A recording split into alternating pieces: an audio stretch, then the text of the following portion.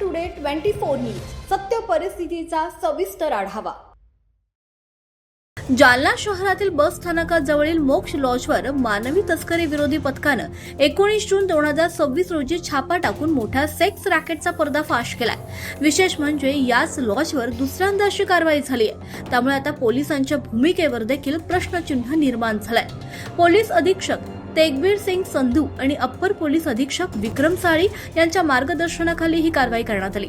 या प्रकरणी संतोष भोलेनाथ जाधव मॅनेजर, सुभाष अंबादास वैद्य manager, Sachin गंडू Pawar lodge मालक आणि विशाल संजय बावस्कर ग्राहक यांच्या विरोधात गुन्हा दाखल करण्यात आलाय। या छाप्यात एका पीडित महिलेची सुटका करण्यात आली असून रोकड आणि इतर साहित्य जप्त करण्यात आलंय। आरोपीवर सदर बाजार पोलीस ठाण्यात गुन्हा दाखल करण्याची प्रक्रिया सुरू आहे। सदर बाजार पोलिसांच्या नाकाखाली हा प्रकार राजरोसपणे सुरू असल्यानं स्थानिक पोलिसांच्या दुर्लक्षाबाबत नागरिकांमध्ये तीव्र संताप व्यक्त होतोय। या लॉजवर कायमची बंदी येणार आहे का, आता याकडे सर्वांचं लक्ष लागलंय। महाराष्ट्र टुडे मराठीसाठी ब्युरो रिपोर्ट विलास गायकवाड, जालना।